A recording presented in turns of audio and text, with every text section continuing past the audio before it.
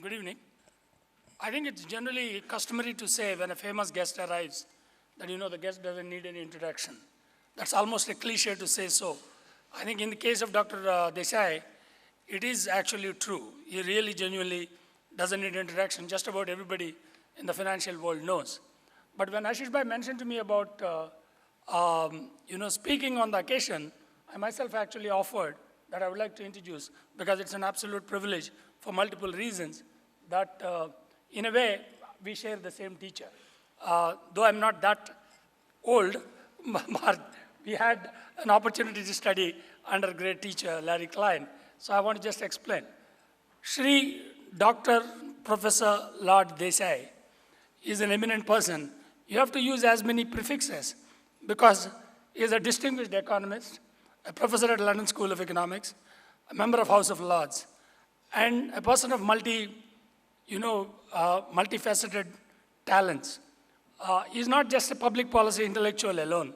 He has got a very colorful interest. For many people who doesn't know, he actually authored a book on Dilip Kumar's life, and he is a great movie buff as well. And of late, we have been watching him. His skill is remarkably displayed on handling Arnab Goswami show quite a bit. That itself shows that he's a man of great skill. But I do want to say, the reason I actually wanted to come to introduce him was, I was always remembered a Sanskrit shlokam, which says, Vidvatvancha nrupatvancha naivatulyam kadachana. You cannot compare between a Vidwan and a king. Swadese pujate raja, Vidwan sarvatra pujyate. So it means a king is respected in his own kingdom. A Vidwan is respected everywhere. This is what it was taught to us in school. And I think Dr. Desai is an eminent example of how a sarvatra pujaniya Vidwan. I think in a way, we are quite lucky to hear his views, and he is known for his forthright views on many, many occasions. And with that, let me introduce Sri Desai to the audience. Thank you very much.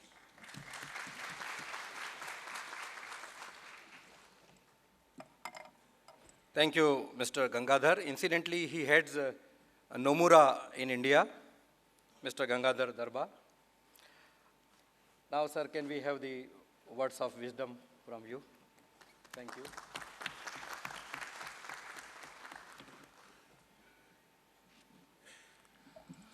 First of all, thank you very much for inviting me to speak to this gathering. I met the boss in London, and we had lunch together in Canary Wharf, and so he got me into coming here. Actually, I think it's a very good thing. When the budget comes out, you're consuming like hot samosas. As it comes out, you're almost burning your mouth, trying to understand what's going on. And you get one kind of understanding of the budget. And then you leave it for a while and eat it cold. And the real test of a budget is, does it sound as good eaten cold as it sounds eaten hot? And this is the sort of, now, you all seen all the numbers, and the stock market is already, being its efficient self, already discounted all the information in the budget and so on. So I want to just give a perspective on where do we stand with this budget and how do we understand this budget. And I think the budget is a key, not so much to the economic policy of the government as much as the political stance of the government. When the elections were going on, clearly a lot of Indians were in complete despair about what the UPA 2 had done to the government. And they were hankering for a decisive change of leadership. Then expectations got so high that they thought a strong leader can just about come and do anything. Not only that, but can come and do anything instantaneously. I've never followed any government with which people got disappointed in the first 30 days. Kuch nahi kiya. Achhe din kab aane wale hai. As if, just the appearance of Narendra Modi was going to get rid of all the problems. And so I think one thing that this budget does, almost decisively, is to scale down expectations. Expectations have gone really quite out of hand. To that extent, it is not so much a bitter medicine as a laxative. You know, ये चूरन है. ये कड़वी दवाई नहीं, ये चूरन है. It'll settle down people's expectations to a reasonable level. Secondly, the very crucial strategic choice of Jaitley to accept Chidambaram's numbers, which were very dubious, as we all know, and not raise a single question about the inheritance of the government, as they could have, but say 4.1 is what I've been given, and while it will be difficult, I will try and achieve 4.1. Which means that the government wants to go with continuity. It doesn't want to establish its mark as a radical departure, the earlier thing. Now, obviously, many people would be disappointed with that because they expected some clear break and some whole new regime. No, the government has decided, I think this is a key, a very sound key to how Narendra Modi is going to behave. He is going to be more a continuity person rather than a breakup person. In a sense, and it's not unkind to say this, but think of UPA 1, which was very good. UPA 2 was a nightmare, or at least last 4 years a nightmare. Think of UPA 1 plus a decisive leadership, and that is BJP NDA 2. In 2004 up to about 2008, India achieved a very respectable growth rate. Okay. It achieved a very respectable growth rate without any of the problems people think have to be solved. People say, nothing will happen until corruption is sorted out, nothing will happen until... None of that. All those corruption was there, and India achieved 8.5. I'm not saying corruption should not be eliminated, but what I'm saying, things like corruption get attention when the economy is not moving, when the leadership is not decisive, when jobs are not being created. Now, the Narendra Modi government will, at the very minimum, promise, and I think it will deliver, the default growth rate of the Indian economy, which is about 8.5%. 8.5% in Indian economy is achievable. The damage done by UPA 2 will take about 2 years to repair. So I don't think the growth rate will get above 7.5% by the end of 2015, early 2016. And then it'll go up. And it is possible not only to achieve 8.5% growth rate, but increase it to 10, but that requires real radical reform. The way I read the budget is partly, it's a holding operation.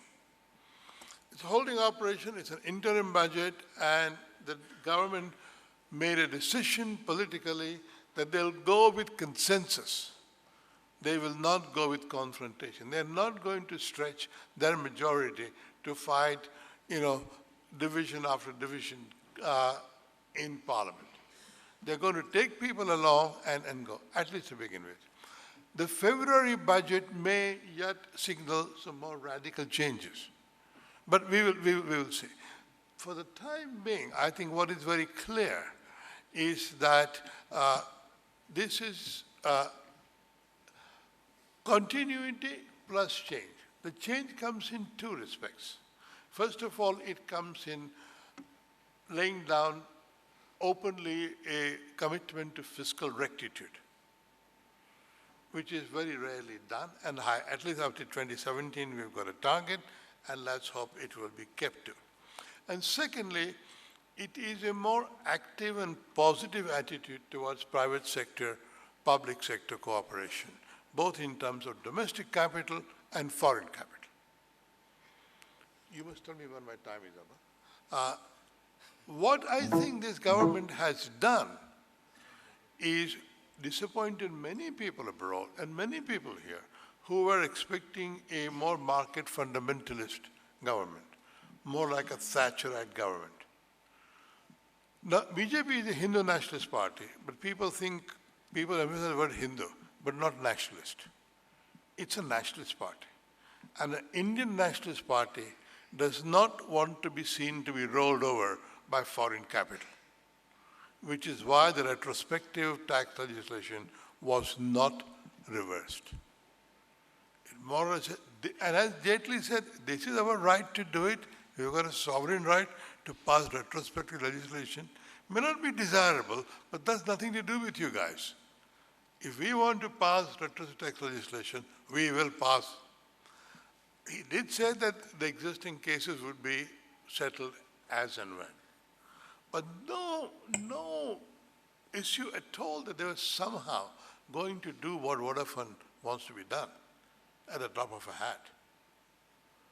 And that is a clear signal that this government is a nationalist government, very much like other governments. And in a sense, it is not going to be rolled over. It's not going to do anything which doesn't command consensus in the country. So some years ago, about 10 years ago, I advocated a grand coalition between Congress and BJP because I took the view that there's no political difference between them at all, no matter what they pretended to be, and their economic philosophy was very much alike. Now the surprise is that while BJP is right of center, it is not that much far away from the left of center government like Congress. Except that Congress in the UPA 2, in the NAC avatar, did some really horrendously bad redistributive schemes. Bad not because redistribution is not good, but the way they did it was very damaging to the economy. BJP will not do that. BJP will not have an NAC. But BJP may not actually be able to do fundamentally radical reforms in its first term. Very much like Margaret Thatcher did not do any fundamental reforms in the first term. And that's because it has got to gain credibility by delivering high growth, sustained high growth in its first term before Narendra Modi will get the license to do whatever he likes to do in the second term. Now, Narendra Modi also is partly a romantic because he has this great belief that he can make public sector units more efficient. That every Indian Prime Minister has two great delusions. One is that he will solve the Kashmir problem, and secondly, that he'll make the PSUs more efficient. They're both delusions, but we have to live with those delusions. This government, however, luckily, may be forced to disinvest more and more aggressively than a UPA or a Congress government would have done. First of all, 4.1% is such a terrible number to accept that it's very risky. And this paradox is, Jaitley took a risk to be a good man, to be a consensus man. Now, if you look at the numbers, as you all know what the numbers are, the raw deficit, if you don't look at disinvestment and all that, is around 4.7%. That is the reality. That's what Chidambaram left behind. And some of that is being reclaimed in disinvestment. The growth projections, the GDP nominal growth projections are slightly on the higher side, as you all know. And the tax revenue are even more on the higher side. The elasticity assumed is higher than anybody would credit. So it may turn out that the government may have to disinvest more than it has already planned, and partly it's not a bad thing. The government is bloated with assets it shouldn't have. It just shouldn't have it's not like in the old days when I was young, the idea that states should have commanding heights of the economy. We not only got commanding heights, but we got everything, including some really terrible depths of the economy are owned by the government. And there's no reason. There is no logic to state ownership. It's not functional anymore. And therefore, it would be very good for disinvestment. So I think the government may end up really pioneering in terms of disinvestment, partly sort of force majeure and partly because it actually wants to disinvest more. And that will be a good thing. So we may actually get a fiscal discipline more by sale of assets than by control of expenditure. Because control of expenditure requires really fighting battles, political battles, which this government doesn't actually want to fight. This government may yet do the conversion of subsidies into direct cash transfer. Modi has suddenly changed the attitude towards Aadhaar, because Yashwant Sinha and Piyush Goyal were against Aadhaar when they were part of the standing committee in the last parliament. Modi has changed, and I think Aadhaar is now going to be harnessed to deliver a direct cash transfer, and therefore a transfer from a changeover from subsidies directly to a direct cash transfer. Well, that would be a very, very good thing. I don't know that the government yet has the courage to eliminate the petroleum subsidy. The petroleum subsidy is the same size as the current disinvestment target of the government, 63,000 crores. I think it's a scandal.